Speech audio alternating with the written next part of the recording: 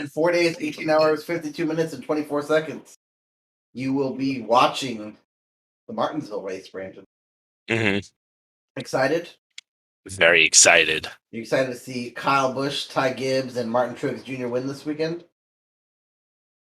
I might cry if all three of those people win.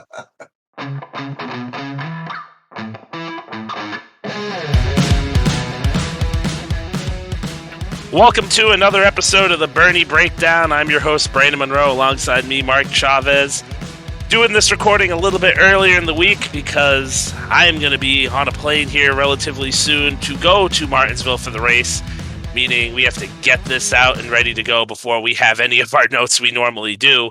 Before we jump into the Martinsville preview, Hall of Fame nominees got announced today. I think that's a pretty good place to start, don't you, Mark? Yep. It's not quite a yearly tradition. We took last, I guess, 2 years off due to COVID for 2020 and them wanting to have the 20. I guess it was just last year. I think it was just last year, and they had the 2020 class. Yeah, they then didn't want to. They wanted the 2020 class to stand alone when they got inducted, so then they didn't induct anybody last year. So, been a couple years since we did this, but we being NASCAR as a community, not us specifically, of course. But they did change it at the last election that we did. Just so it might not be super familiar to everybody, but just to remind everybody of the current layout, there are 10 modern era nominees, of which 2 are nominated. There is then the Pioneer ballot, which I don't remember the exact specifics, but I think it's something like was involved in the sport more than 25 years ago, something probably longer than that with some of these nominees. I don't remember the exact years. But there's 5 of those. 1 of those get nominated. And then there's the Landmark Award, which has existed for a while, but is effectively just a person that wouldn't maybe necessarily fit into your normal categories. And I think they're voted on by slightly different people, but just honoring people that aren't necessarily directly a racer or a engineer or a team owner, but still heavily involved in the sport and finding a way to honor them. All right, so I mean, obviously, we don't have votes. Maybe one day we will when we get rich and famous and the Bernie Breakdown goes across the world. Technically, we do have votes. That is true. They have a fan vote. There is a fan vote for the modern era ballot. Mm-hmm. I believe there was last time also a fan vote for the Pioneer ballot, although I do not believe that is the case this time. All right, so let's just jump right into the modern era ballot. Just gonna go through the nominees and a brief description of them. Thanks to Jayski, who has everything in a nice spot for easy access. First up on the modern era ballot, we have Neil Bonnett, 18-time winner in the Cup Series. Some career highlights include winning consecutive Coca-Cola 600s. Tim Brewer, 2-time NASCAR Cup Series champion crew chief. Jeff Burton, 21-time winner in the Cup Series, including Southern 500, 2 Coke 600s. Also has a number of Xfinity wins to go along with that. Carl Edwards, 28 career Cup Series wins, Coke 600, Southern 500, and the 2007 NASCAR Xfinity Series champion. Harry Gant, 18-time winner in the Cup Series, including 2 Southern 500s. Also, just like Jeff Burton, a number of Xfinity wins to go along with his Cup Series career. Harry Hyde, the 1970 NASCAR Cup Series crew chief. Matt Kenseth, the 2003 NASCAR Cup Series champion, winner of 39 Daytona 500s, that'd be something. 39 career Cup Series wins, including 2 Daytona 500s, a Southern 500, number of multiple Bristol night races, and of course his first career series win, which came in the Coca-Cola 600. A very well-rounded career there for Matt. Larry Phillips, first 5-time NASCAR Weekly Series national champion. Ricky Rudd, 23-time winner in the Cup Series, including the 1997 Brickyard 400. And rounding out the modern era ballot is Kurt Shelberdine, 4-time Cup Series winning crew chief. I'll let you Series go. championship Oh, winning crew yes. chief. Just, Yes, Cup. just, Yes, very good. just to put a Nah, little bit of a. yeah, that's a big detail there. I don't think if he only had 4 wins, he'd be on this list. I'll let you jump into it, Mark. Out of those 10, obviously 2 get elected into the Hall of Fame. Who are your 2 out of those 10 that were just Well, listed? I think one, without a doubt, is obvious. There was some question as to if he would be included on this ballot. Came back and ran the 6-car part time, though I don't know if that counted against his eligibility, but then did come back, obviously, after Kyle Larson's incident. And I ran that car for the remainder of the year. But Matt Kenseth is, I think, a slam dunk in this class. I know just because every Hall of Fame has these people, there is a chance there will be people that are against Matt Kenseth because they believe he's not a first ballot Hall of Famer. And I think that argument is nonsense, especially when this person has by far the best credentials on the list. If it was 2 drivers or 2 candidates, period, and they were pretty close to each other, and you wanted to vote for one guy over the other because one guy's been on the ballot longer, the other guy's been on the ballot the first time, I think that's fair. But when you have by far the best credentials, I think you are a slam dunk to be on that ballot, regardless of how many times you've been on it. And Matt Kenseth fits the bill. I think, funny enough, in this list provided by JSK, I think the pretty telling thing is, of the drivers, his is the only one who just the numbers alone warrant not naming their race wins that they have specifically. I know you mentioned some, but Jayski itself just lists him as 2003 Cup Series champion and winner of 39 Cup races. Whereas everyone else, Ricky Rudd, it lists the Brickyard. Jeff Burton, it lists the Southern 500 and the Coke 600s. For Harry Gannett, it lists the 2 Southern 500s. Neil Bonnett, the consecutive Coke 600s. For Matt Kenseth, his numbers stand alone. There isn't anything else that needs to be listed there, but a ton could be. When you with just these numbers, I've long maintained that at least right now, you win a championship, you're in the Hall of Fame. There's always some guys that maybe I know when Brad first won his almost a decade ago. There was some people that are like, well, maybe he's not in the Hall of Fame yet. And sure, I suppose if Brad had retired that year, he wouldn't have been in the Hall of Fame. But Brad's career already at this moment is a Hall of Fame career when he retires. Right now, obviously, Chase and Larson have low win numbers, but neither of them are already all that far. And honestly, if they just were to decide to retire today, could still end up being Hall of Fame drivers and will certainly be there by the time their career is over. A championship is going to put you in, and the championship will put Matt Kenseth in here. For the other person, I think there are plenty of people that are worthy. The only one I personally I'm not even going to speak to is Larry Phillips. A lot of the people on the short track scene, on the more local racing scene, Kenny Wallace, one of them, always beats the drum for Larry Phillips, and I trust Kenny Wallace's judgment and all of them that he does deserve it. None of these guys, ultimately, if they get into, I think they're necessarily unworthy. I just am gonna take a pass on Larry Phillips. I don't know enough about him. It's kind of just the nature of being what you did, being local racing, especially me being on the side of the country that doesn't have a ton of that. I'm gonna defer on him, but for the other one, they all have credentials. Even some of the guys that I feel like some people think maybe a little bit lower on the list. This is not just who is out there winning the most races. Like, your contributions to the sport matter. Neil Bonnett, Tim Brewer, Jeff Burton, all were on TV. Harry Gant, his career in terms of winning races was short, but it made a large impact. For one of the guys who has under 20 wins that raced 20, 30 years ago, he still gets talked about all the time as one of the greats. Harry Hart certainly left his mark. A lot of up and down and controversy in there. I think it's honestly a little bit doesn't do him justice just listing out that he won the 1970 Cup Series championship. Certainly had an impact far beyond that. Ricky Rudd's probably about the only one where his accomplishments as they are and maybe Kurt Shelmerdine as well are just kind of there. But I mean, won a race or two for 20 some straight years, and spent outside of a couple years at Hendrick, didn't really spend time at all in a top tier car.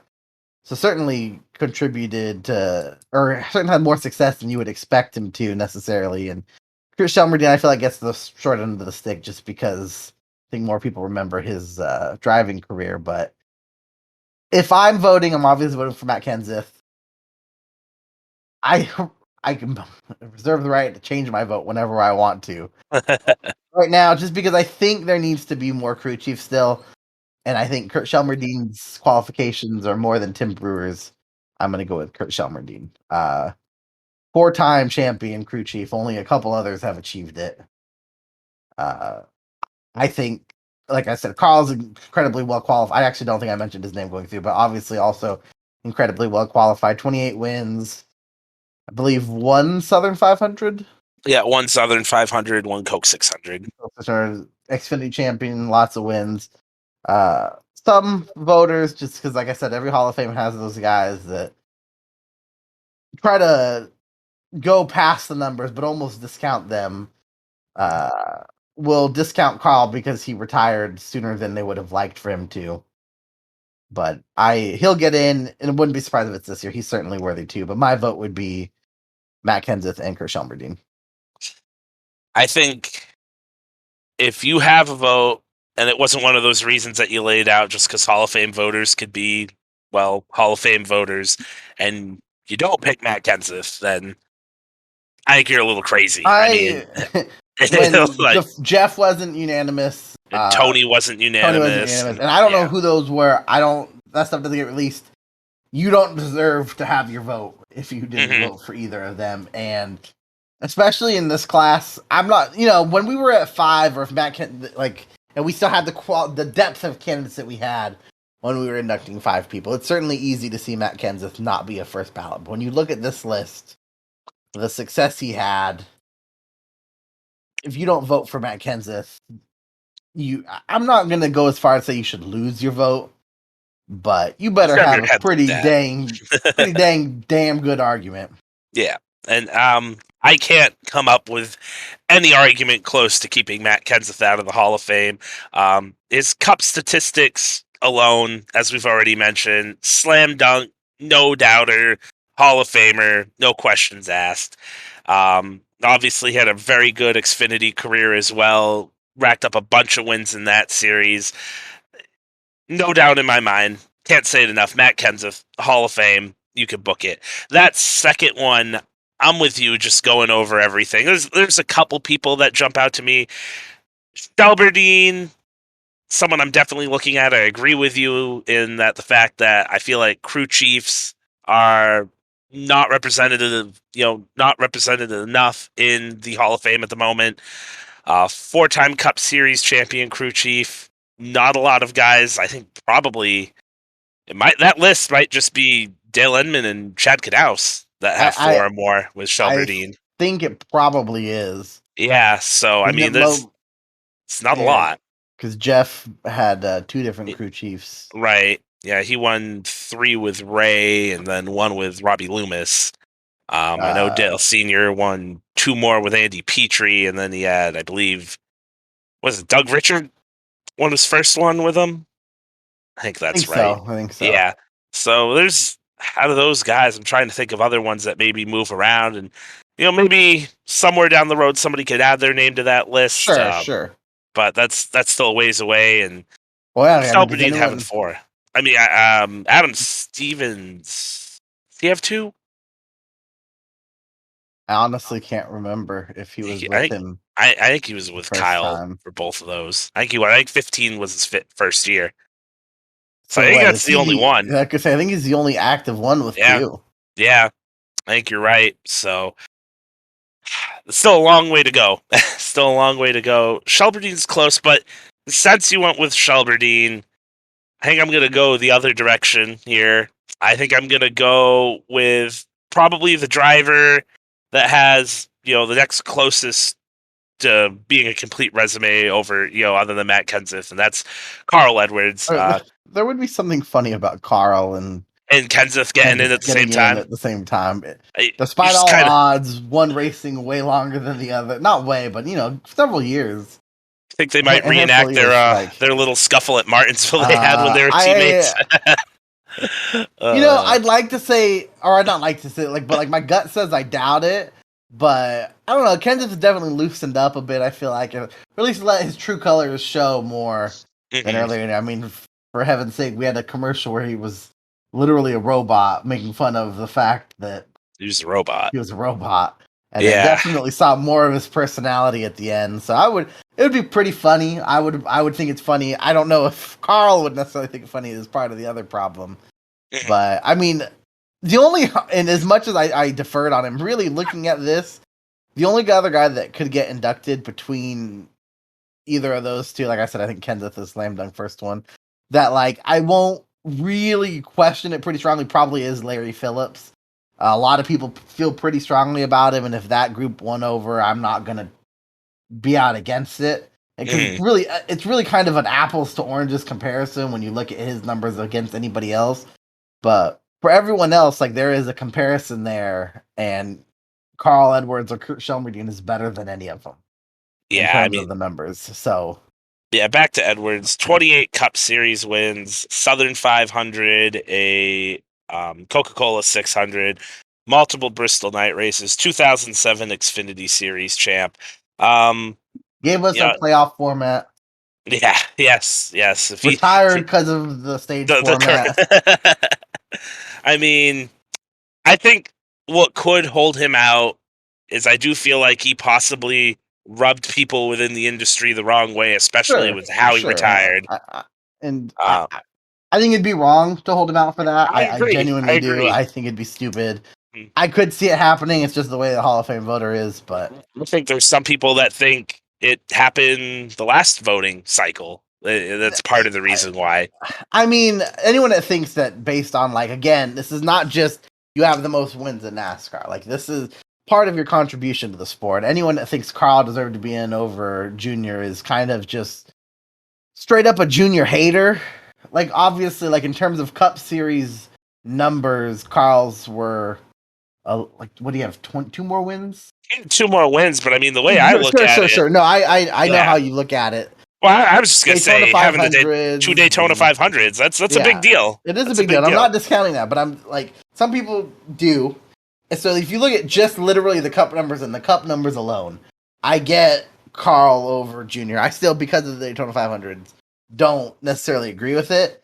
But when you look into not just what they did in the Xfinity Series, in terms of a driver, but Junior being an owner, what he's accomplished as an owner, the kind of talent that's come through there, ignoring the fact that he was the sport's biggest star, which counts for something. I know some people don't want it to, but it does count for something. It's literally called the Hall of Fame. There's a key word there, not the Hall of being the best driver to ever drive. Or the best driver in the Cup Series. Or the best driver in the Cup Series. It's the Hall of Fame. And I think people lose sight of that. So there were some people that, and we talked about this a lot off the podcast, but deaths do weird things to Hall of Fame voters. And as messed up as it is, does Stefanik get in if he doesn't die? I don't know. I mean, I agree with you. Eventually. I have no doubt that he gets in eventually. Right. He had the resume. But at that time, you just can't help but feel like there almost is an element of guilt there. I 100% get wanting to get people in before they die, and I do think that's something that you can weigh, and that's a fair point. People, to be blunt, once they're dead, it's a little bit different. So the rush there was weird, but he was never really I feel like on the lists of almost ins, on the top of people's list until he died. So it's unfortunate that's what it took. I like I said, I think he'd gotten in eventually, but I'm not going to disagree that Carl probably deserved to be in over Stefanik. I think that was the one that people kind of scratched their head about. I'm with you, obviously. There were plenty of people also scratching their head over Junior. Not really scratching their head as much as pounding their fists, but... No, it was like they had their feet in the sand, and this was their line, and they were going to hold it, and like you said, those are people that are just Dale Jr. haters. You look at his resume, what he's done You as an can owner, as a TV, analyst, like it writes itself. Like he's no doubt a Hall of Famer. you can sit there and want to question why he was the most popular. Say it's just because of his dad. Talk about maybe pretending. I mean, he even talks about this kind of for the first, at least the first probably like 7-8 years after his dad died, kind of floundering it a bit. All those things can be true, and it still doesn't mean that Jeter doesn't belong in the Hall of Fame. Mm-hmm. Like, he was still the sport's most popular driver. I think in our lifetime will be the last driver that is popular to that level. And he's still, especially in the back half of his career. I mean, he was always a good ambassador of the sport, but really in the back, like half. I think once, and he talks about this a lot, once he really like kind of gets his head on straight, really becomes a great ambassador for the sport. Yeah. So I guess we're both in agreement here with Matt Kenseth. You'd go Shelberdine, I'd go I'd Edwards. go Shelberdine, but I would not be opposed to Edwards. You asked me a different day, maybe I voted for Edwards. Mm-hmm. I voted right before we started this, and I honestly don't remember who the other guy was. Like, they're close. There are arguments for both of them. I'm not a fan of the 2-driver system. Wasn't a fan of the 5 either. There's a lot of things I think wrong with the MLB system, but I think most of those things that are wrong have to do with the voters and not the system itself. I would not be opposed to a system similar to that. Maybe still you expand the list, but maybe everyone has 5 votes and it's more of a right yay or nay, and but you have to get over a certain threshold in order to get in. Because I remember in earlier, I think one of the Wood brothers got in with like 20-something% of the vote. Right. Now, obviously, both of the Wood brothers are slam dunk Hall of Fame people. There's no doubt about that. It's just that the votes were so splintered because everybody on that list was a Hall of Fame person. Right. What happens when your sport exists for 50 years you gotta plus before you get a Hall of Fame? But it just, I think it was a weird look, and a lot of people were like, well, how did someone with only 20-something% of the vote get into the Hall of Fame? So that I would be more a fan of having more votes, but maybe you can still limit it to a certain amount of people, but it's more of a approve, disapprove. Mm-hmm. I think those are the numbers that help really show, like, this guy was someone everyone wanted in. Like, this guy belonged in the Hall of Fame, because it also can help balance also maybe not having, because I get when we moved from 5, like, this is no offense to any of these people. I think all of these people on this list ultimately get into the Hall of Fame. But if we were inducting half of this list, it's hard to imagine easily 5 more names that replace this. And you would want them to be, if we're inducting half that list, you would want half of them to be Hall of Fame people. And it's pretty clear how that would have become a problem pretty quickly. Yeah. So I think if there is somebody other than Shelberdine or Edwards for whatever reason gets in on this ballot as that second guy, because like I was saying before, we have Kenseth getting in here. Who has an outside chance? I mean, looking at this list, the only one that really pops out at me, maybe Jeff Burton. He has some crown jewel wins. He won over 20 times in the Cup Series, has a bunch of Xfinity wins. And then you factor in the TV stuff, maybe that gets him over the edge, depending on how some people feel, because I know Edwards probably has his issues with some people that have voting, and I think some people probably look at Kurt Shelberdine and they just give Dale Earnhardt more credit for that because he won with pretty much everybody that was his crew chief. So I'd say maybe Burton has an outside shot. Anybody else, if anybody at all? So I'm still going to throw Larry Phillips' name out there. They keep putting him on the list. There's enough talk about him that I do think someday he'll get in, and I certainly don't have a good pulse on what people are feeling there. Because I'm pretty confident the fan ballot is going to be Kenseth and Edwards. Mm-hmm. Actually, last time, and this maybe actually is a possibility too. Kenseth or Edwards was not one of the fan ballot winners. It was actually Neil Bonnett. Bonnett's another name that's certainly possible. Again, although by the time that he was tragically killed on the track, certainly was unlikely to win many more races. But dying early does weird things to voters. Now again, not saying he's not worthy. He's absolutely worthy. I just don't think he's worthy over some of the names on the list. But also did have a media presence. Had a segment on a show or a show itself in the 80s. I don't remember for It was sure. Winners, right? I think it was Winners. And Can't was a remember, big name, obviously a big friend of Dale Earnhardt, and I think Rudd also is that other name on there. Like a lot of respect among the older guys, among the people that have some of the votes. And again, not saying he's not unworthy or that he's not worthy. Absolutely is. Just I don't think he's more worthy than say Carl or Shelmerdine. But honestly, with this list, like we've had other, I would never have. Well, maybe with his death, I would have been able to pick Stefanik, but it would not have been on my radar as someone I likely thought would have gotten in then. So, and we've had other surprises in the past too. It's hard to know what these voters will do. So, I All right.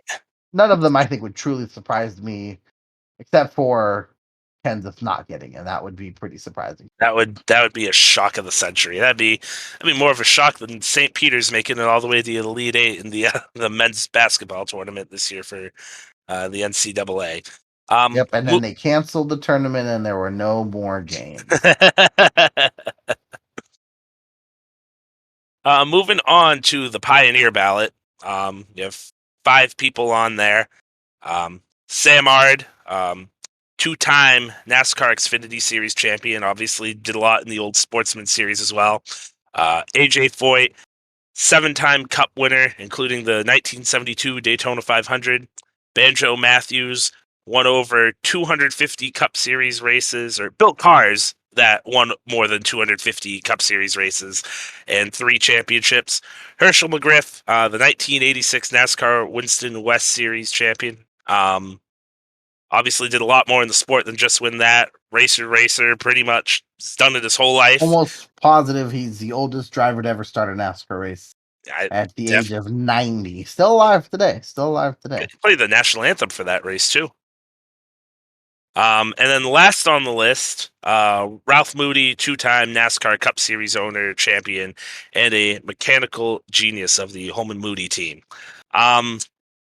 Just looking at this, for me, it's a little bit easier. I think personally I could rule out AJ Foyt. Great driver, one of the best of all time. You know, when you're thinking about raw racing ability, he's probably at the top of the list. But in terms of the NASCAR Hall of Fame, only 7 wins. It just doesn't feel like he had the NASCAR career to be in the NASCAR Hall of Fame. Herschel Mcgriff, that's one of those ones where he's getting up there in age, and he's kind of right on that line for me where maybe he should be in. Maybe not the overall success across the national series, but again, his presence has been felt in the sport for a very long time. Did win the West Series championship back in '86. That is something to take into account as well. I think for me, though, personally, out of these 5, if I had a vote, I would go with Sam Ard. That's somebody, when the Xfinity Series started, he was one of the guys. Obviously, he had a short career due to injuries that he suffered in a crash late in the season, in his second of 2 championship campaigns, ended his career. But that's somebody when... Yeah, he didn't even finish that series or that season. Still won the championship that season. That's how good he was. Like, until Kyle Busch came around and basically rewrote the Xfinity Series history. The record books in the Xfinity Series. There's really 2 guys when you're looking at like Xfinity Series stats that would always come up, and it'd be Mark Martin and Sam Ard. And that's somebody. He was a very early part in the Xfinity Series. Obviously, did a lot in the Sportsman Series as well. For me, that's somebody that should be in the Hall of Fame. It's a shame he hasn't already been inducted, in my opinion. That would be who my vote would go to if I had one. In terms of Sam Ard, too, like 22 wins in 92 races. Like, that is a pretty ridiculous winning percentage. Over, obviously, well over 20% at that point. Currently sits in a tie for 12th on the all-time win list, despite only running 3 seasons. Yeah, just and winning the championship twice, finishing second in the other one. those are just ridiculous So numbers. there's absolutely ridiculous numbers. I'm a big proponent of expanding the drivers from the lower series in there. It gets a little bit trickier the further on you get. There are some questions on if guys who had really good Xfinity or what are now anyway, Xfinity or Camping World Truck Championships or careers in general, but then like did pretty badly or pretty inadequately in the Cup Series, they deserve to belong in. But in terms of this argument, there isn't one. Sam Ard started all of one Cup race before his career was ended, especially that early in the time. They were pretty different series.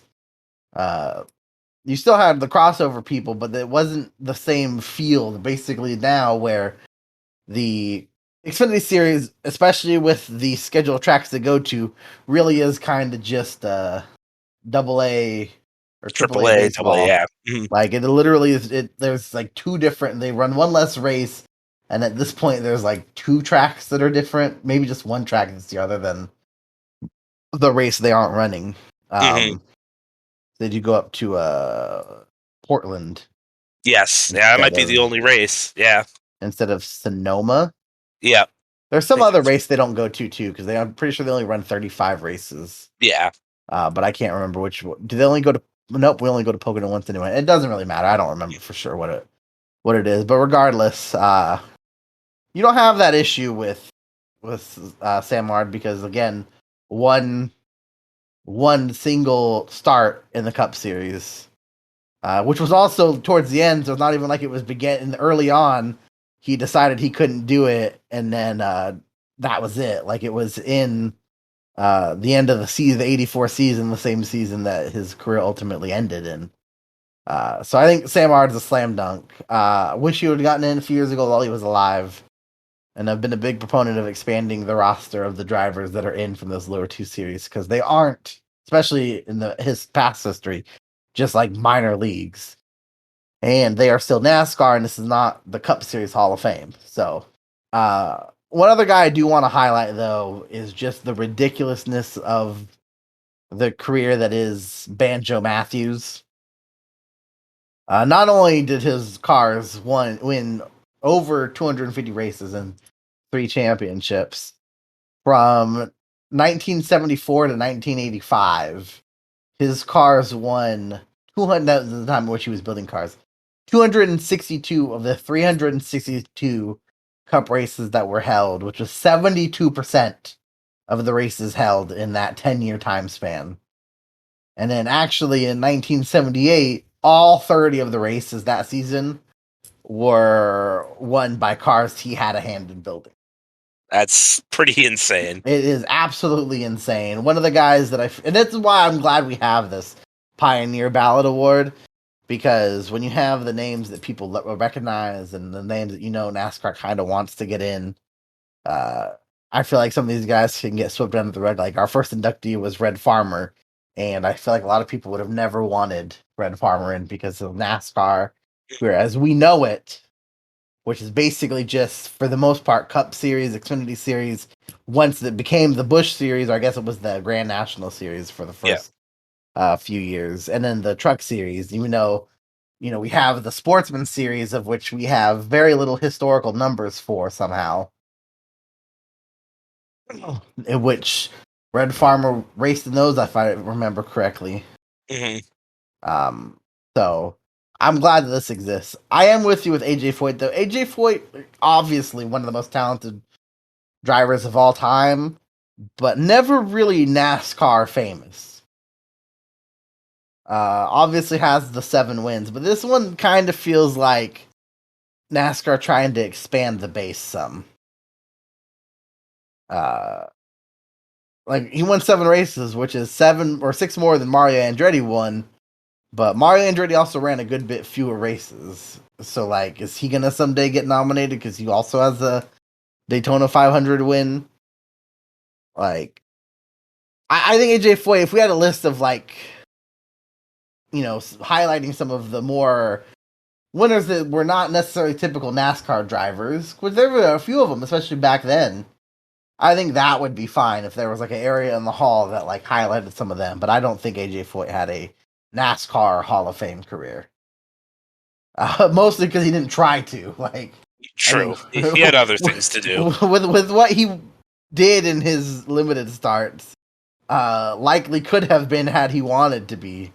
I mean, when you run only 128 races, but you run them across the amount of seasons that he ran them, like it's hard to imagine getting a whole bunch of consistency going. Like looking at it real quickly, it doesn't look like he ever started more than probably 6 races in a season.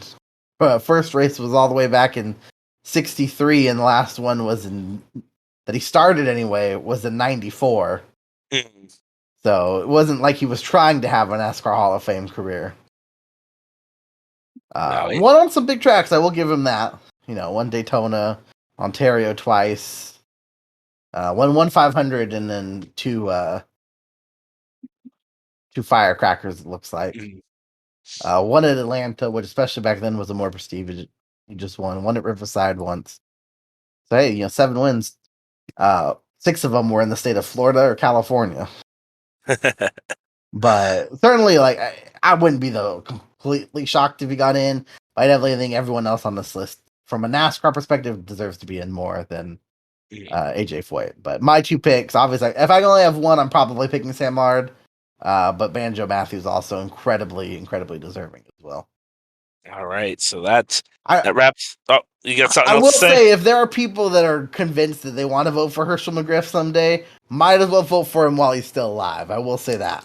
Yeah, I know we've talked about that, and it is kind of weird to just say stuff like that. Like, they might get in because they are old, but I think Herschel Mcgriff at some point, just everything that he's been involved with probably will get in. So I could see him getting in while he's still with us, just to have that moment. He raced in the Southern 500 in 1950, and then also raced in Canon West race in 2018. Yeah, so he's seen it all. He's seen it all. Raced with lots of people. I'm not opposed to him being in.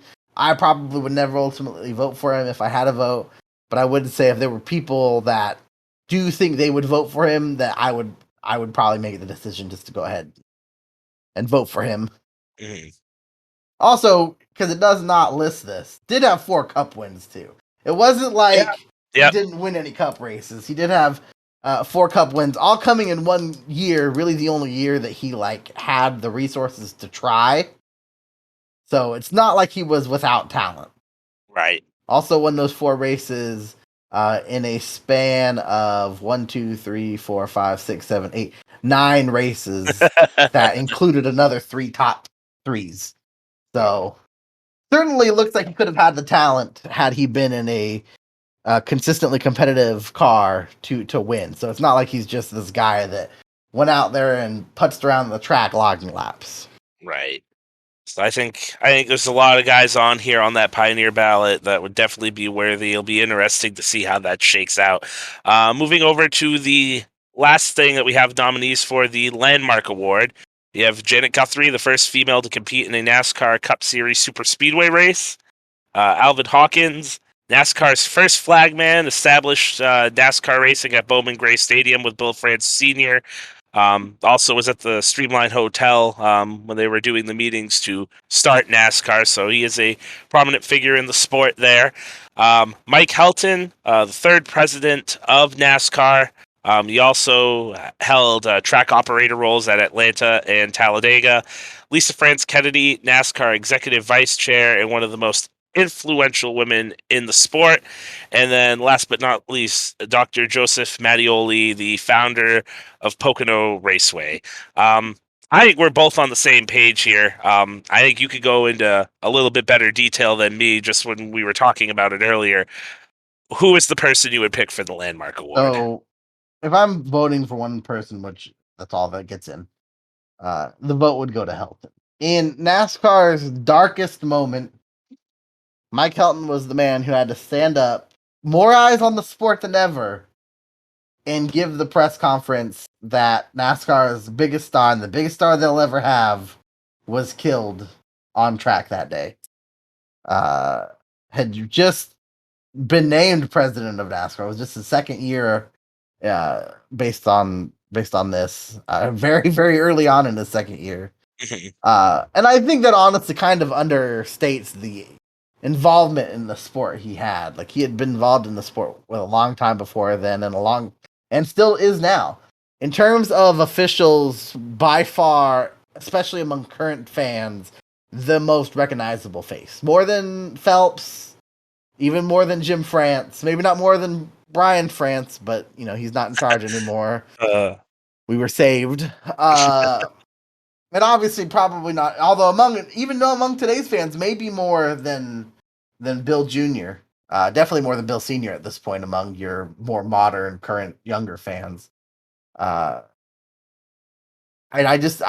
was kind of during some of the dark days, which in terms of our numbers might still be pretty dark, but in terms of I feel like how fans felt like they were being treated, certainly the dark days of the early 2010s, I feel like Helton kind of became a punching bag a bit because he was the face.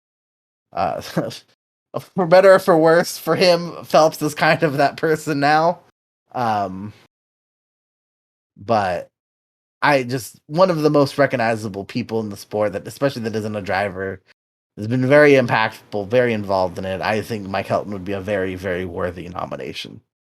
I mean, I think he summed it up perfectly there. Just the stuff he had to deal with, being thrust into that role, having to deal with the death of Dale Earnhardt.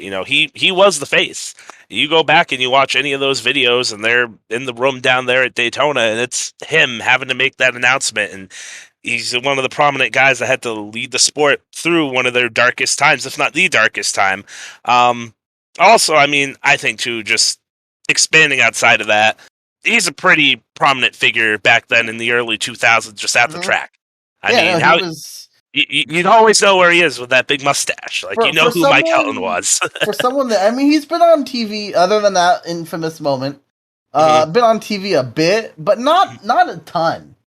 And I think for him to still be as recognizable as he is, speaks a lot to his impact in the sport. Mm-hmm.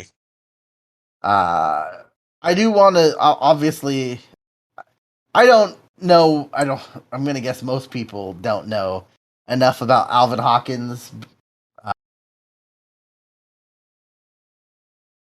I just, with these kinds of people, I always think back to Raymond Parks.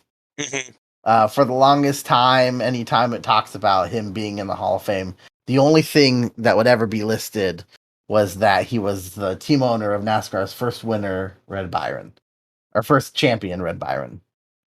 Similar to this, like we happened to look up and find the Streamline Hotel information, but on this list it doesn't even include that for Alvin Hawkins. But for Raymond Parks, that's all it would ever say. And I was always like, I don't think being the owner of the first championship winning car makes you a Hall of Fame person, but it was, at least to me, it was when David Pearson quite infamously was on NASCAR Now. I'll never forget this.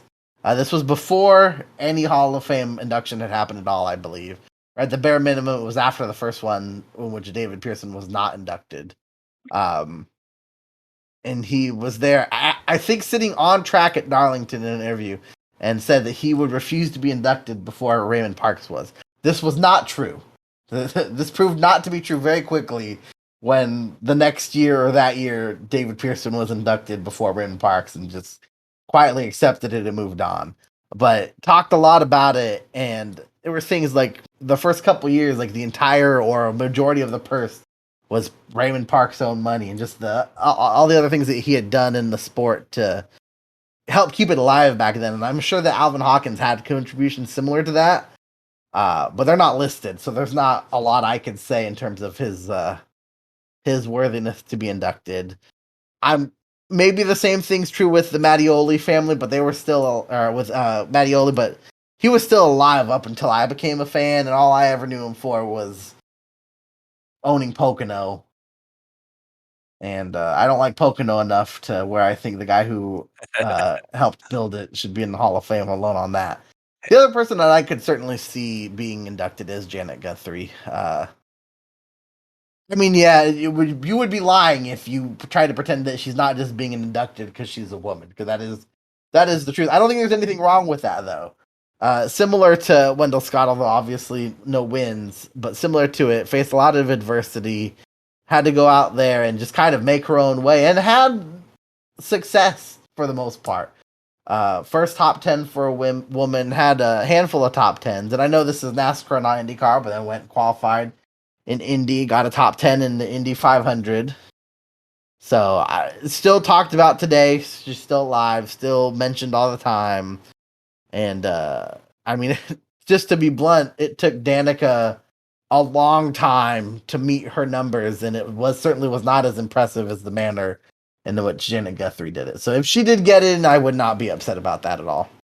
I mean, you got to admit there. I mean, she's pretty much a badass for driving those cars back then. I mean, those things were a heck of a lot different than they are now. You really had to get up there on the wheel and drive them, and that's somebody. You look at some of the tracks that she had those good runs at. Maybe in a different time, maybe she could have gotten a better opportunity. She might have been able to put up some even better numbers. Like I say, if I remember, she had a top 10 at Bristol, and that's certainly not a track that, especially back in those days, was easy to drive. Oh, no, that's probably back before like power steering. I don't want to. It's a different situation because I don't think anyone thought that Wendell Scott was incapable of driving a race car well. Just to be blunt, the sport was racist. The fans were racist. They didn't want anything to do with him. I feel like there just probably weren't a ton of people telling him that he literally couldn't do it in terms of not having the physical ability to, but rather they didn't want him anywhere near them. They didn't want him a part of the sport. Whereas with Janet Guthrie, there were, including companies that she was trying to get sponsorship for, telling her that they just didn't think that she could succeed because she was a woman and she wouldn't be able to. So different struggles, but struggles nonetheless. Still went out and performed better than some guys in good rides have done since then. So, yeah, I mean, I actually be very worthy of getting in. I think we both agree. Mike Helton is our picks. Alvin Hawkins, that's somebody too. If he does get in, I don't think we'd have any problem with that either. So that's I'm interested for a couple years for the Hall of Fame. I think Jimmy is the last real shot that someone would be unanimous. And I don't want to sound petty, but since Jeff wasn't unanimous, I don't want Jimmy to be unanimous either. But I mean, that's a conversation right there. I mean, I think we're both in the same boat. If we're ranking our top 5 greatest drivers of all time, is Jimmy Johnson on the list? Yeah, he's on the list. Absolutely. Is he behind Jeff Gordon? I think we're both going to say he's behind Jeff Gordon. Probably so. Probably so. Another discussion for another day. Yes. Speaking of Jimmy Johnson, he was really good at the track that we're going to this week, Martinsville. Yeah, but speaking of Jeff Gordon, he was better. He was better. He was a lot better. But I really wish we had been doing the podcast for this race last year, because we came with a great theory about how to make a lot of money in this race that cost you a lot of money in this race. This, I don't want to talk about it, but we got to talk about it. When DraftKings lets you take advantage of parlays, you have to do it. And I had it set up where... some of the background on it is before Alex Bowman won this race last year, every driver that, first of all, and this was not, it's easy to be like, well, of course they're the best. They're the 8 left, the 8 best are left, but that was only true at this track. The 8 drivers that were left, with the exception of maybe Kyle Larson, but he was already moving on anyway. So of the 7 drivers that were still racing for a playoff spot in the Final Four at that point, the 7 best that were active, the only ones that had won, were among those 7 drivers. They were by far the best. Byron had a couple good runs, so he was probably that 8th guy. But the other 7, Ryan Blaney, Martin Truex Jr., Denny Hamlin, Joey Logano, Kyle Busch, Brad Keselowski, and I knew I was going to forget somebody. Chase Elliott. Oh, yeah, Chase Elliott. See, how did I do? You'd be surprised. People you forget. Chase Elliott. I knew I'd forget some, but those were the 7 guys that either had all had wins at Martinsville. I think, in fact, The only one that didn't was Ryan Blaney. And Byron. Well, he wasn't one of the final. That's eight. right. That's right. He was. The only one that didn't have was Ryan Blaney, and it was arguably Ryan Blaney's best track. They were by far the best here. They had led a crazy amount of the laps going back to like 2015. Of the active drivers, they had won every race since I think Kurt won there, back whenever Kurt last won there. And that would have been in 2014, the spring race. In 2014. So you had to go all the way back to 2014, and you had to go even further back again to find an. I don't actually know if there were any other active drivers at that point. I think Harvick in 2011 won the spring race. I think so you had to go back to 2011 to get to 2. There were obviously some active ones in there. Jeff won in 14. 15. Or 15. Junior won in 13. Yeah, Jeff had a couple wins in there. Jimmy won in there, I'm sure, at some point. Too many times. But of the active drivers, those 7 were the best ones. We concocted this plan that was like, well, right, if you parlay the race winner and then the champion, is that let you do that, like that race winner was almost certainly going to be in the championship. And those odds were just great. That really the only combination that wouldn't have scored bank was going to be if Larson won that race and then won the championship, and that didn't feel all that likely.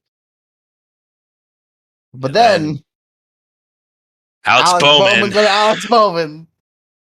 You know, I think the frustrating thing is, too, looking back on it, is like I should have put him and Byron on that list because their odds were like ridiculous. I think they were both over like 3,000 plus 3,000. So it would have made so much more sense to just do that, parlay him with all the other championship guys, and then like even if it was Larson and Bowman, like you're still getting a really freaking good payout.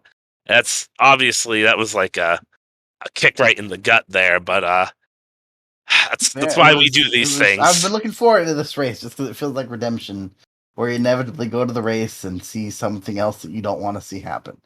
I mean, we already know what I'm going to see on Thursday, apparently. So, like we mentioned earlier in the podcast, there's not a lot to go over. This is being recorded before any of the fantasy salaries are up, before any of the bets other than the Cup odds are up. So we don't have those to go over. We will be posting them maybe by the time this podcast even comes out, but probably not because it's going to come out on Wednesday before the truck race. But we'll probably at least post the truck odds by Wednesday. So we'll just go over quickly what we do have for the truck race, as was mentioned previously. We do have some names in there that aren't your normal names. You have Johnny Sauter coming back in the third team, but also, much to Brandon's dismay, we do have Kyle Busch in the 51. Listen, like I'm a huge fan. I don't go to many races outside of New Hampshire just because I hate traveling that far. But when I went to Martinsville back in 2017, you know, I drove there. I was dumb. We drove, and we had to deal with driving like 1,000 miles and watching Kyle Busch win, who I've gone through it before, has just won a ridiculous amount of National Series races that I've been to. I'm sure it felt pretty safe. He was not great at Martinsville. He had not won before there, then, I don't think. No, I think he won there in the spring in 2016. It was very recent. But he only had one win. Okay. Yeah, he only had one win there before that. But then he goes and wins. Did you guys go to the... no, there was no Xfinity race then, huh? It was a truck race. There was a truck race, and Noah Gragson won, who at the time was driving for Kyle. So I know me and Matt, who went down there, we were just like... We drove this whole damn way for Kyle Busch and Kyle Busch Motorsports to win. It's like, I've seen that too many times at New Hampshire. I've been to dozens and dozens of, races, whether it be, the top 3 series, modifieds, whatever, there's a ton. And Kyle Busch or his team, I'd have to go through the list again. I'm not going to do it now, but if you told me either Kyle or his team won 50% of the races I've been at, that seems pretty accurate. So when I heard that he was in the truck race, I might just have to throw money on him, even though when the odds come out, he's probably going to be like minus 200. 140. I don't know about that. He hasn't won yet this No, year. that'd be But pretty crazy, but it feels like the odds you'd get just to prevent you from being able to. I think I'd have to throw money on him. It just feels like, since I'm going to be there, that Kyle Busch is going to win that race. So for anyone that's listening that is in a state that allows betting, just throw your money on Kyle Busch. I'm going to be there. He's probably going to win at least the truck race. That's my bet. All right. So really, that's the only two notable. Not that I don't want to be mean to Johnny Sauter, but at this point, I don't know if Johnny Sauter Racing is even really all that notable. Unfortunately, Is the end of the road. Is in a Thor Sport truck, so I'll eat a hot dog for the end of his career. So real quick, just looking at who we have here, obviously Kyle's Kyle. He's going to be the favorite. But we talk a lot about he's not done great so far. He's done real good, just hasn't won. And Zane Smith, I feel like this race just feels like it'll be our normal guy. Zane Smith, 2 starts, 1 win, 1 third. Chandler Smith, 1 start in the last 6 races at least. That's all I have it showing up, which for both of these people I believe is true. 1 start, finished 4th. John Hunter, and this track just feels like it pretty much well captures what his seasons have been so far. 4 starts, 2 top 10s, 1 win, 1 top 5. 2 other times he didn't finish. So if he finishes the race, likely going to be up there. But I think it's just going to be your regular cast of characters. The same kind of people we've been talking about this year. I'd keep an eye on Tanner Gray. Had a top 5 here in one of his 3 starts. Keep an eye on the guys we already said, obviously. Ben Rhodes, who also will probably be pretty expensive, but in last 6 races, average finish of 7.2 with 3 top 5s. Infingers won here before. Needs to get his season on track a little bit. So maybe this is somewhere he could go out and run good. Historically, it's been a decent track for Crafton. Not that he finished all that well last time, but Stuart Friesen was running pretty well last time. Was trying to fight, get his way into the Final Four. Ultimately didn't, but has been pretty decent to start the season. I really think you're just going to have to sit here. I think any of these guys could wind up being the guy this week. Obviously, Kyle's the big favorite, I'm sure. And will also be prohibitively expensive. But as usual with this, if one of them has bad qualifying, I feel like that's a guy that you gotta hammer, especially in the truck series. You have a pretty good idea of who's going to run top 10.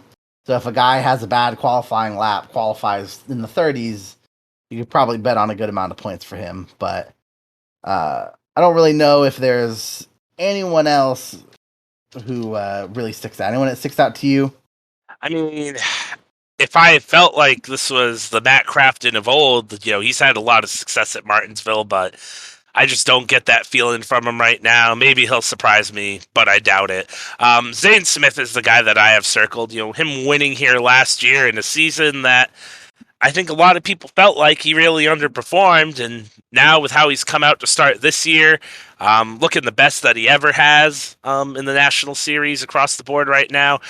I think if there's somebody that could go toe-to-toe here with Kyle Busch, just given how great that he's been to start the year and that he's coming off of a win, I guess just not just at Martinsville, but at COTA too a couple weeks ago, Zane Smith is probably the guy to look at. Depending on what his odds are, when you have Kyle in the field, that's also going to bump everybody back down. And my gut tells me, even though he's been as good as he has so far to start the year, he's probably going to be a little behind in terms of the odds behind John Hunter Nemechek and Chandler Smith. Wouldn't shock me if both of those guys come in around like +4 to 500. I think you're probably going to see Zane at 600 or 700. If he ends up at +700, I'm probably going to put some money on him. That's definitely where I stand on that. So it all comes down to the odds. But again, Zane Smith, somebody that I have circled outside of Kyle Busch, and I'll be there for everything as long as the rain doesn't show up. So maybe Matt Crafton will surprise me. Maybe he could turn back the clock and put down a good practice or qualifying run. Possibly somebody that you could make a little bit of money off of, because I think he's going to be probably around plus 15, plus 2,000. So that's probably the guy, just given his experience having won here before, that I think maybe shot in the dark, long shot type deal, dark horse, whatever you want to call it. He might be the one to take a look at.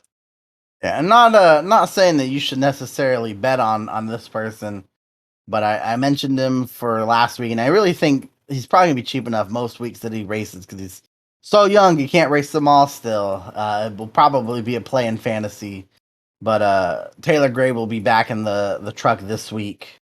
Only ran 6 races in his career and 1 top 10, but that top 10 did come at Martinsville. Yeah.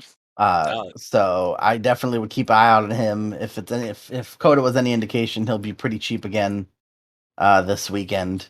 And then I think for the most part, you're gonna always have to fill the end of the lineup with some of the guys deeper in the field, and it's just a matter of seeing where they qualify. Timmy Hill has an average finish of 12.5 here.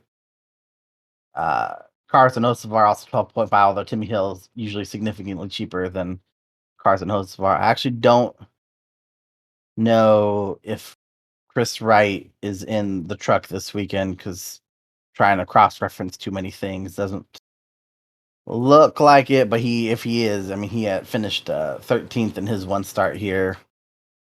So it's just a matter of I think keeping up. Parker's racing. Parker's probably more expensive than the equipment should be because he usually just gets good finishes out of it. But if he's not too expensive, he's averaging a 15th place finish. So I think it's just a matter of keeping your eye out. Right now, who's your pick to win? Zane Smith, or is he still gonna, not ignoring the odds, just straight up pick to win? It's still Kyle. I'm gonna be there, so I'll root for your happiness, and I will pick Zane Smith. All right, that might be my wallet too, so I appreciate that. And imagine if we leave this weekend. At this point, I hope we leave this weekend. We get only 2 multiple-time winners, and they're Zane Smith and Ty Gibbs with 3 wins apiece. I'd be okay with that. Especially if we got a new winner in the Xfinity Series. Well, we are on to the Xfinity Series now, and you got the list, we have the list. So we have some of our big names here. As we mentioned, talked about him before. Parker Radzliff, also Ratzloff. Also, listen, Z's don't belong in names. You got his name right. Nailed it on the last one we did. That's all. Yeah, no, it's just, you can edit all this out afterwards. Oh no, it's staying in here. No. Anyway, Parker Ratzloff finished top 10 at Richmond, so Ryan Ellis back into 45. He'll be real good. He's ran pretty good so far this year. Ryan Truex back in 18. Actually, Truex's I saw first Xfinity start at Martinsville. Interesting. Not shocking though, because there have not been that many Xfinity races there. Recently, anyways. So they used to go there all the time. In the time in which Ryan Truex would be racing. This is fair. Derek Griffith in the 26th again, and I think that's it, right? I don't think there's not anybody else that's making a one-off start or anything. Of course, and the highlight of the year, the biggest NASCAR event of any given year, is the event in which Dale Jr. returns to the Xfinity Series, and this year he has bestowed Martinsville with that great honor. Dale Jr. in the 88 this weekend. Although, Brandon, there are 5 cars that'll go home. That's all right. Bob's on Twitter. He's saying if it rains out, then I was hoping you hadn't seen that, because that was what I realized shortly before we started. Because I'm sure you remember that they got rid of the past champions provisional if it's more than 10 years. Right. It does not matter if it rains. Yes, and I even though he only does 1 race a year, I am very confident he would be able to qualify. He could pitter-patter around the track, and I'm pretty sure that car would be fast enough to get in. Not to mention, I don't think it would take that much if somehow he had to pay cars to mysteriously drop out of the race. Yes, I think Don't the check imagine it will would clear. cost that much compared to the money they would lose by not running the car. So Yeah, so I'm not worried about that whatsoever. If the worst case I'm scenario did just happen, I would probably go drown my sorrow in hot dogs. I'm just gonna go ahead and go to the pick to win and go ahead and just put in Dale Jr. for you. Yes, yes, I thinking with don't my even need to heart. wait for the odds to come out. I'll just No, also put Dale Jr. for the odds too. yeah, So yeah, we're just going with Junior. he's gonna have probably like the second best odds. Yeah, Actually, he might have the best odds just real because. real talk though. Real talk though. If I'm, because obviously I gotta bet Junior as a Junior fan. Just, there's no choice. I'm contractually obligated to. But if there is Is that a somebody I part of think that could the win, fan club? yeah, When you it's join, part you of Junior gotta. Nation. Yeah, you Okay. gotta. Yeah, ever since he retired, you have to do it. There's no option. You'll get your membership revoked if you don't. So Okay. Okay. he's gonna be on the fantasy teams. He's gonna be somebody I bet on. But I think if it's not gonna be Junior, it's probably gonna be his de facto son, Josh Berry, in victory lane. Did win this race last year. Really, I probably just set forth the current career that he's on. Yeah, and Uh, I and I think doing I think he's gonna okay, have a but fire lit under him racing with his dad because I don't think they've ever actually raced together. And you just listen to him, and Junior loves that kid, and he's really helped him I mean, out a Junior lot. talked about it Yeah, he's talked about when it. he Yeah, won this race last year. Junior was shocked by how emotional that Junior himself was. so Not that how emotional Josh Berry was, but how emotional Junior felt. And I mean, maybe it was just him realizing that this has never just been like helping a friend. It's always been more than it's that. been Like more with him. they've been good friends for years. It is a familiar bond. Yes, and Uh, I think Josh Berry he's gonna be out there. I think he's gonna definitely. I think it's gonna be his best run. Maybe it won't win. It'll. Yeah, since I'm going to the race, it'll probably be like Ty Gibbs. My track record with people I don't really care for winning races is just off the I charts. just this is gonna sound crazy, Right. but with the cast of drivers they have, it would not be the craziest thing in the world if JRM went 1 through 5. No, I mean it wouldn't. I know Junior's Like, been very competitive in that Xfinity ride, except for really last year at Richmond. His previous runs before that, he's shown top 5 speed. So, given how and good he is at last Martinsville, year, yeah, for a good shock. bit, JRM was clearly like a little bit off. Yeah, Whereas yeah, right that's true. now, this is probably the best they've ever looked. Yeah, Sam Mayer only had one start here, and it was last year, obviously, in the fall race. Finished fourth. As you mentioned, hmm Josh Berry won this race last year. Noah Gragson, 3 starts, average finish of second. and he also has a truck win here, so it's not like Also he has a doesn't know truck how to win. get He the has a victory lane. first, he has a first, a second, and a third in the series here. Super hot. Funny enough, like in terms of recent success, uh, the least successful driver of JRM has probably been Justin Allgaier. He still has an average finish of 5.3. Yeah, it's So still Ross pretty good. Ross ran good here before. He's not here. Hemrick ran good, but that was in JGR equipment. And even though it doesn't necessarily make a ton of sense, equipment does seem to make a big deal at Martinsville. We've seen it in the Cup Series for sure with guys like Kenseth, who were not very good here, go to a team that historically has success, and suddenly they're pretty dang competitive. So You've even seen it with Kyle Larson. Before he got to yeah, Hendrick, he looked lost at this he's track. still not great here, No, but but he he's doesn't look lost.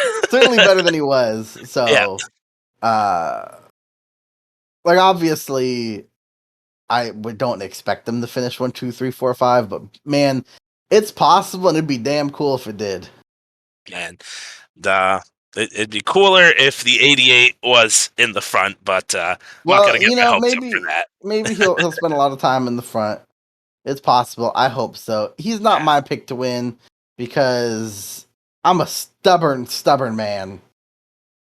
And it's possible when the odds come out, I'd pick a different person than this. But I will be right eventually. I'm picking Sam Mayer to win. yeah. I mean that's not a bad pick. He was pretty good here last year. I know you already said he got a top 5, but if I remember that fall race right, he got into it. I feel like was it with Ty Gibbs? pretty early Shocker. on. Yeah, shocker. Those two are just best friends, but they beat the crap out of each other, and he came back after getting his car torn up for that finish. So he did figure out how to get around here, even if it took a little bit of a detour earlier on in the race. All right, and some of the guys real quickly that we just expect to run well. Obviously, I think at this point, as many JRM plus Ty Gibbs guys you can get on any team, probably the better. I would normally probably throw the 18 in there. They've been really good too. A little bit more of a question mark with one, how good JRM as a team and their drivers have been here, but two, I like Ryan Truex. I hope Ryan Truex success. He's certainly been the worst in terms of performance, other than maybe Bubba at Coda, but actually Bubba ran top 5 a good bit of that race, and it was Bubba at Coda. So other than that, certainly has put on the worst performance for this car this year, but still ran top 10 that race and was running in the top 5 when at Vegas when he had his incident. I don't remember if he's ran another race in 18 this year. He hasn't. This would be his second race. So I wouldn't be shocked if he does good, but I'd be a little bit more cautious there. Those guys, I expect them all to be good. Jeremy Clements usually is pretty decent here, but he's been pretty off this year that I would be hesitant to play him. I believe I don't even know if he's in the top 20 in points right now. It's not been. I think he is 20th. It has not been a good start of the season for him. Historically, a good track. He shows some speed in practice, qualifies okay. Or, I mean, I guess maybe better if he qualifies poorly. But shows some speed in practice. He's certainly someone you can play. One guy who I have been high on this year that I would consider probably avoiding is maybe Ryan Sieg. Did not have good starts here last year. Or good runs. It was definitely a bit of a struggle. And 2020 was the first time they raced here? Since, yes. Like first time these guys raced here. Yeah, I think other than Junior, I suppose. That's fair. But none of these other...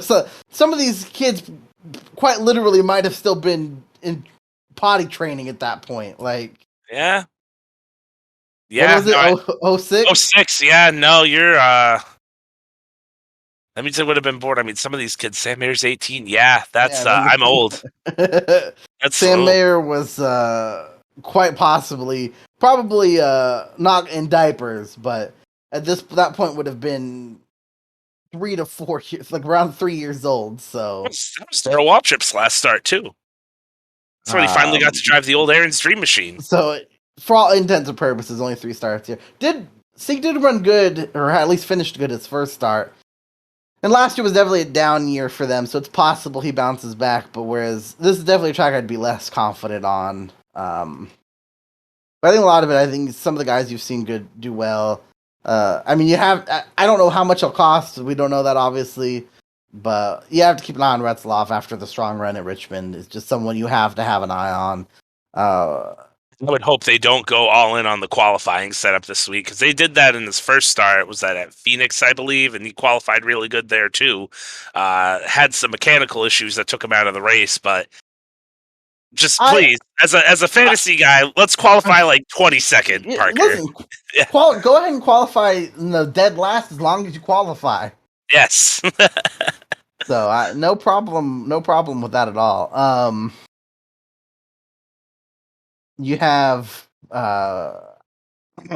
who do we have here? Ryan Ellis in the 45 and with Alpha Prime, and Howie DeZavinio the third in the other Alpha Prime car. I'm not touching that guy. I think he didn't qualify, I feel like, for the race last week. That is certainly possible. Yeah, I'm not touching that. You have the standout ones in terms of the rides that are cycling. You have your usuals all in their usual spots. Like I said, Derek Griffith is in the 26th. And then just the regular full-time guys. And the history here is just so short. A lot of these guys are in completely different situations than they were before that it's hard to get a super super great feeling on where they'll be. I think a lot of it's like kind of just like we've been hammering. I will say, Kyle Weatherman ran decent in the Jesse Iwuji car, and he is in that car again this week. I will, fans aren't the nicest to Jesse Iwuji as a driver.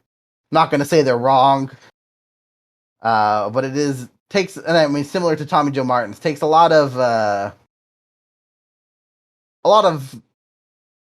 swallowing your pride to take yourself out of your own car for the better of the team. And they ran, I think they still only finished like 23rd or something, but still ran decent compared to where it had been running.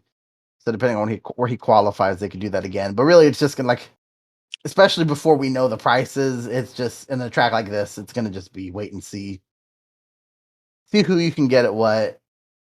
Maybe look at Phoenix a little bit, but I think it's just look at practice, see where they qualify, because it's not the easiest track to pass on, but it can still be done. Mm-hmm. So if there's a guy that is a top tier team that maybe has a bad qualifying lap, they're gonna find a way to the front. But some of the guys that normally maybe run 20th, they might struggle to get back to 20th depending on how this race shakes out. But we'll see. I love this track, but with the Xfinity Series, there's so much unknown.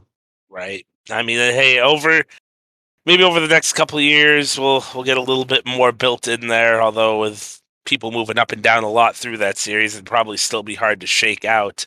Real quick, I was looking at the Racing Reference, right, trying to figure out people starts, and I forgot there is one other guy who actually is in this race that raced at it prior to it coming back, and that is JJ Yaley. Oh, all right.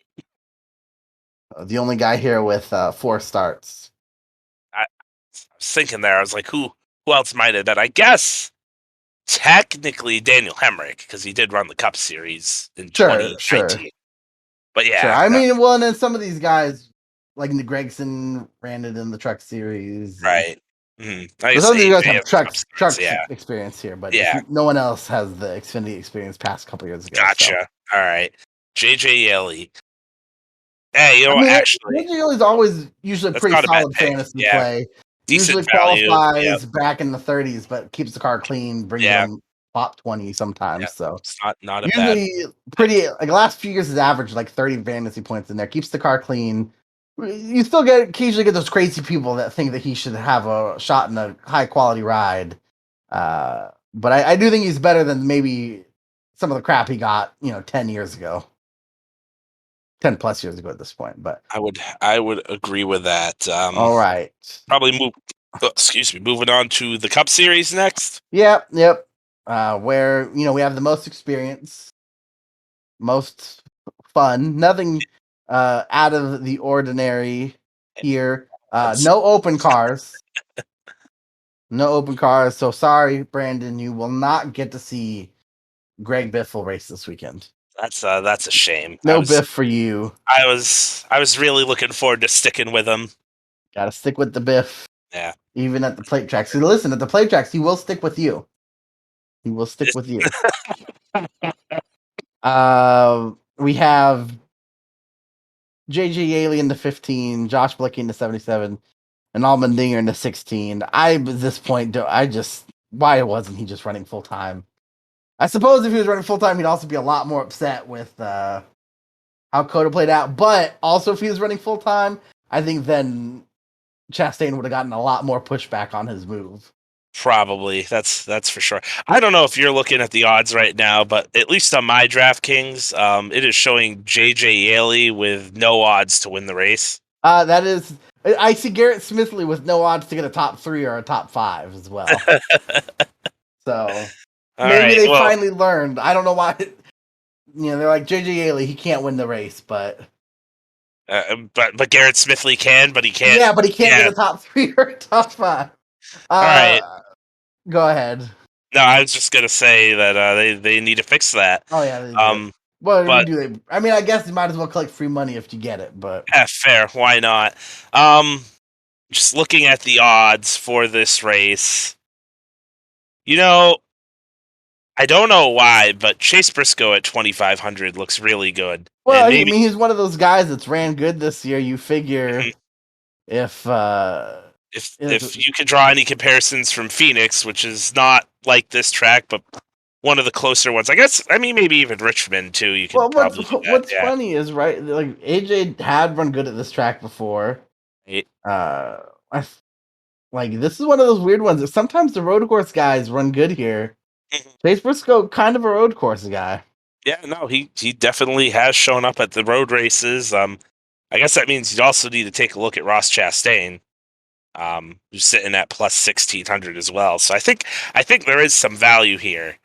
Um, but again, I think I'm probably going to end up ultimately defaulting back to the fact I'm going to be there and just roll with Kyle Busch. So plus 1,000. I know Martinsville's not his best track, but I keep feeling like with everything that's been happening with him, you're going to get a classic rowdy race where he's just going to go out there and maybe not necessarily dominate, but when it's money time, he's going to show up to the pay window and cash out and get the win.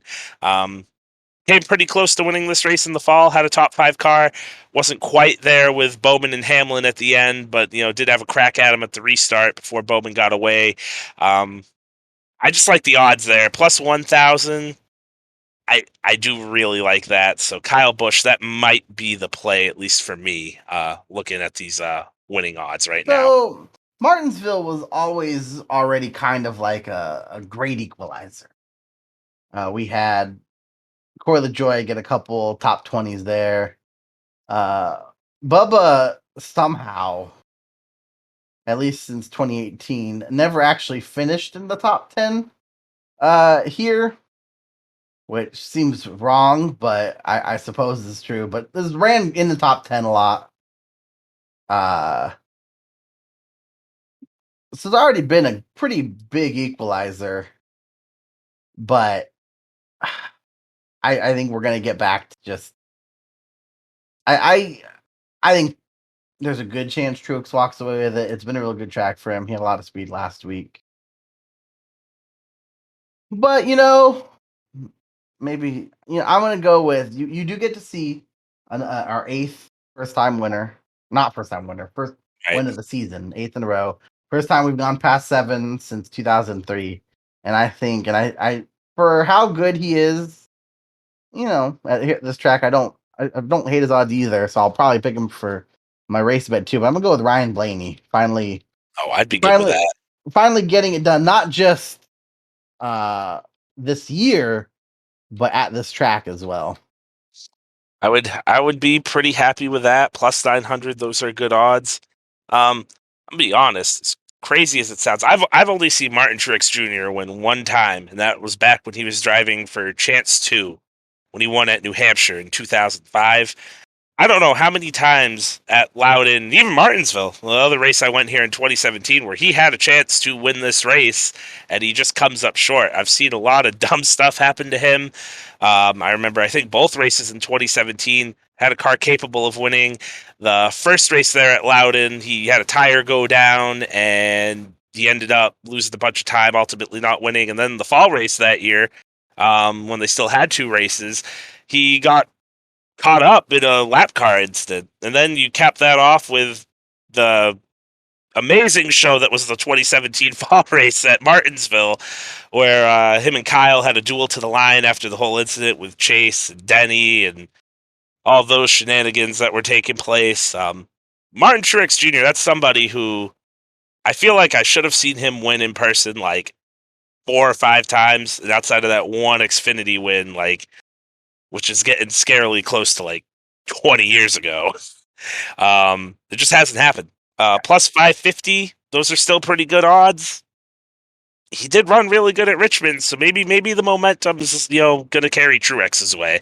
I did see him win at Sonoma, so I did get to see Truex win more recently than you. I Yeah, was considering Truex, and I would not be surprised if he won it all. I mean, at this point, I don't know if much could surprise me these days in the Cup Series. I guess if Corey LaJoy goes out and wins, that'd be pretty surprising. I think JJ Yeley, after not being listed as a possible winner winning, would be very I surprising. feel like that might trigger more conspiracy theories. The one driver you couldn't pick wins the race, huh? But I mean, you look at the numbers, right? We mentioned them before.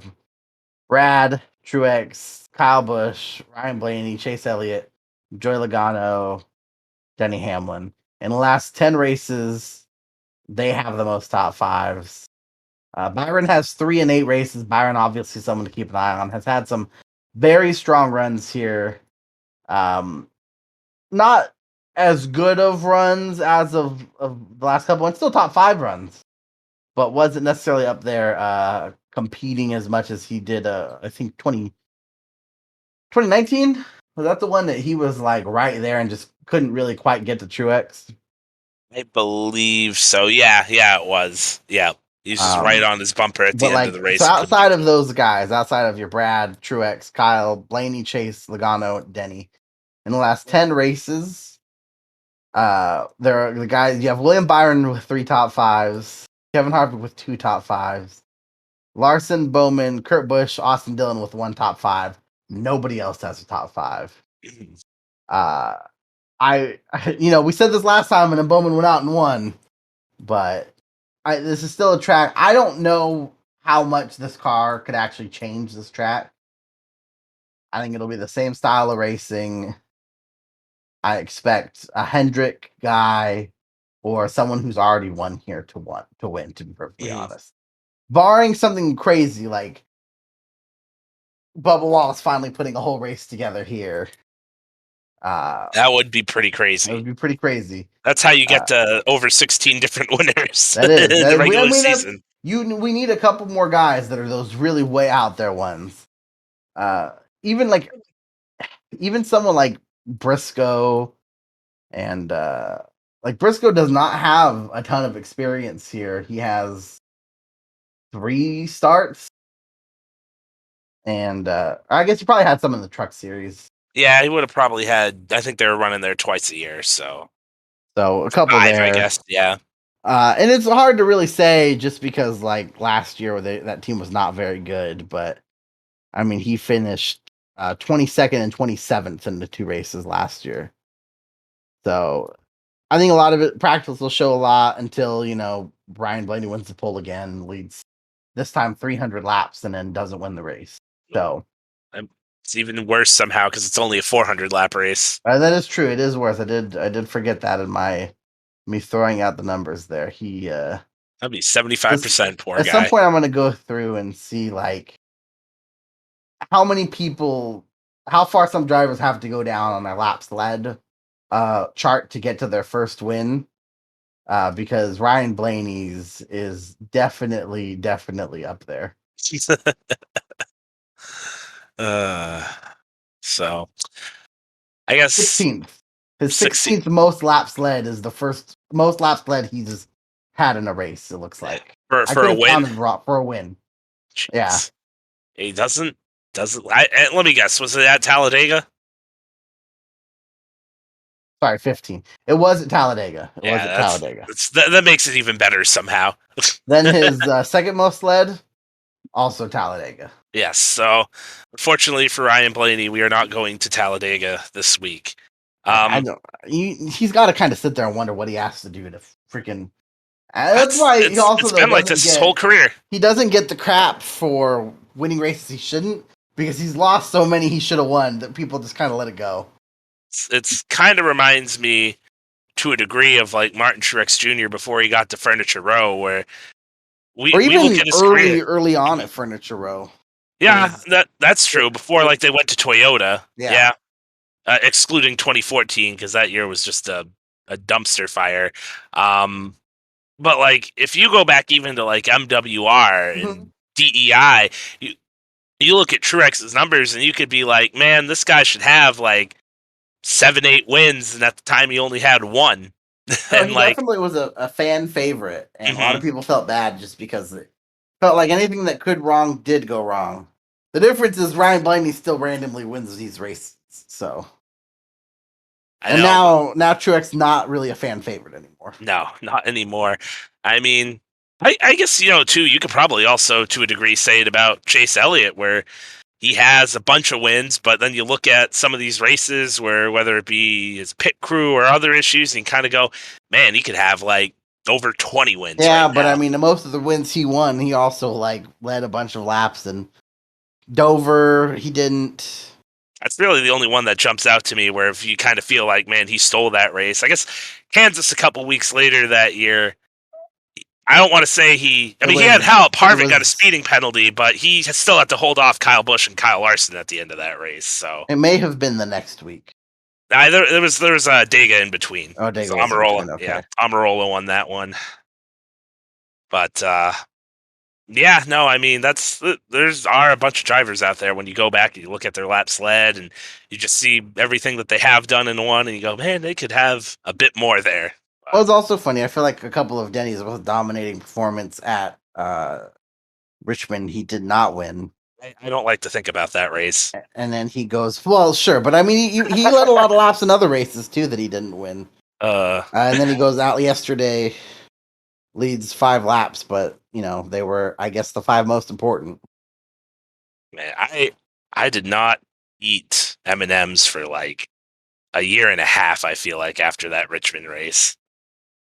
It's funny because Pedigree dog food was on Kyle's car, but I didn't have a dog, so I guess I didn't have to take it out on. I didn't need to take it out on the dog since I didn't have one. But you could have stopped buying interstate batteries. Oh man, I would have been like 12. I don't think I had any need for interstate batteries at the time. There might be an interstate battery in my my Tacoma, so I guess I'm repping the JGR stuff right there. I was not in the interstate battery scheme this weekend, is he?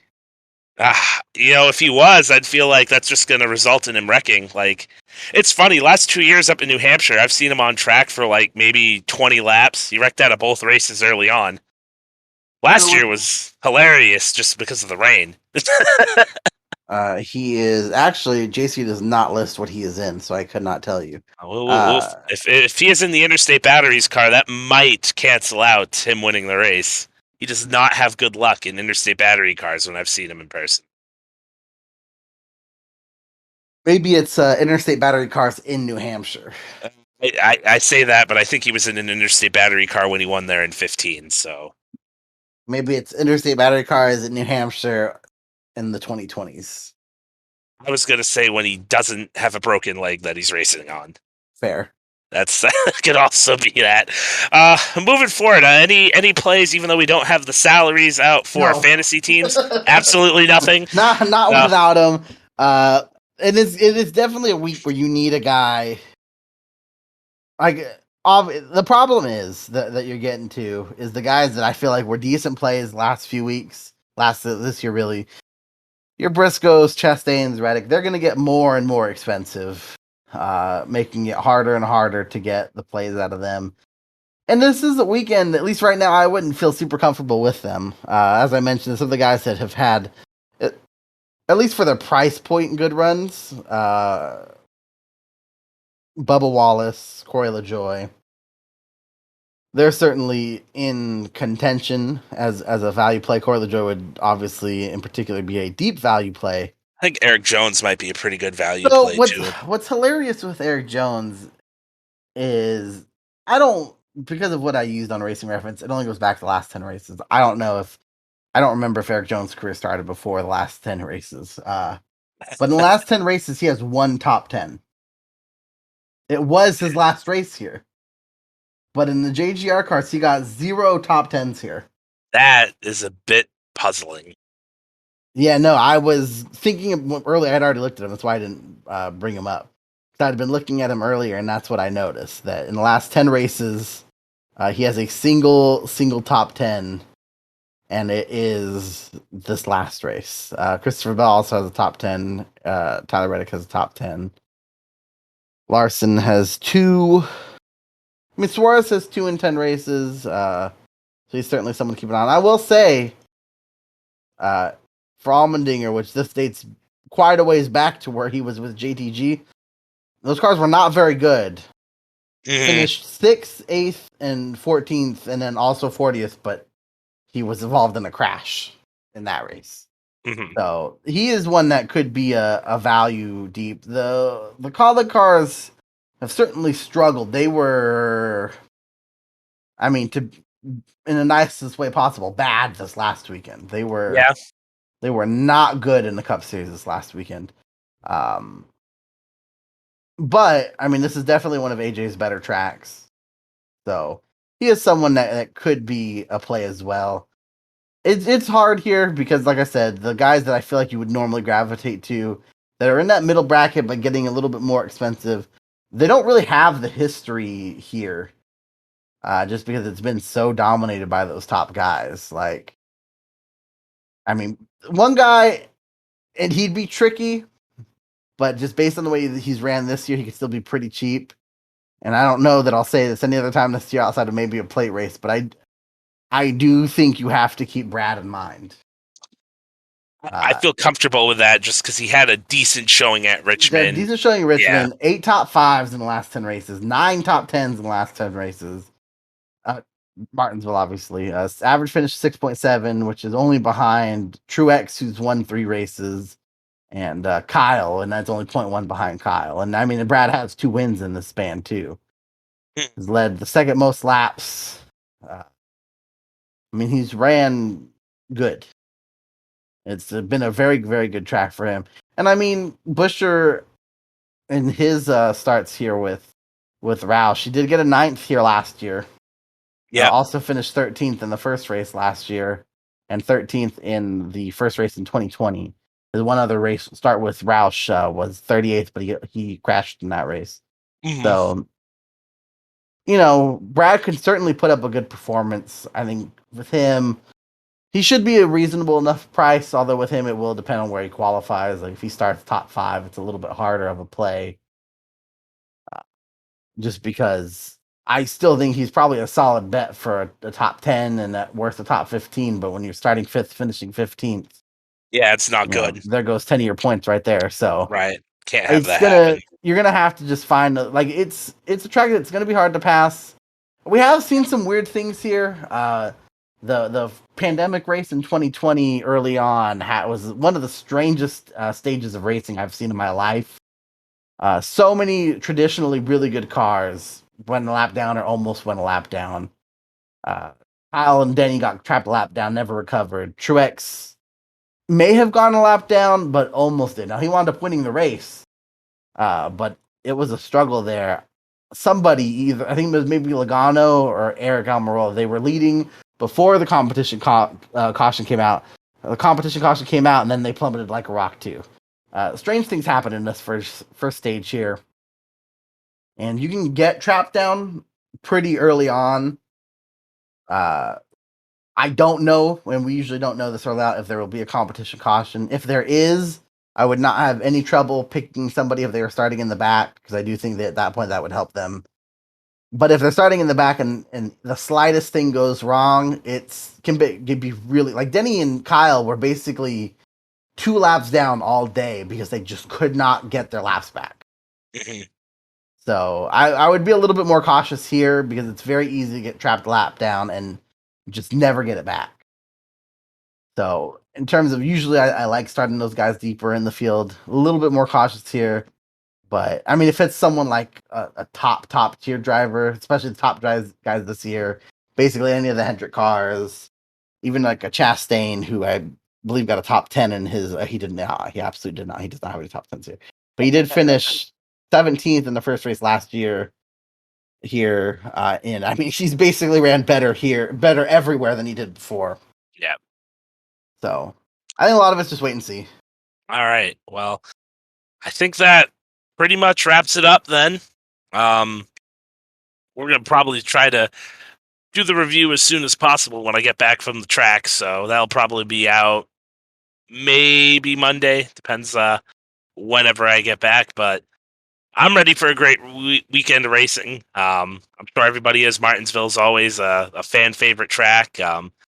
Definitely going to have some hot dogs. I already mentioned that before, but if you've never been to Martinsville before, those things do live up to the hype.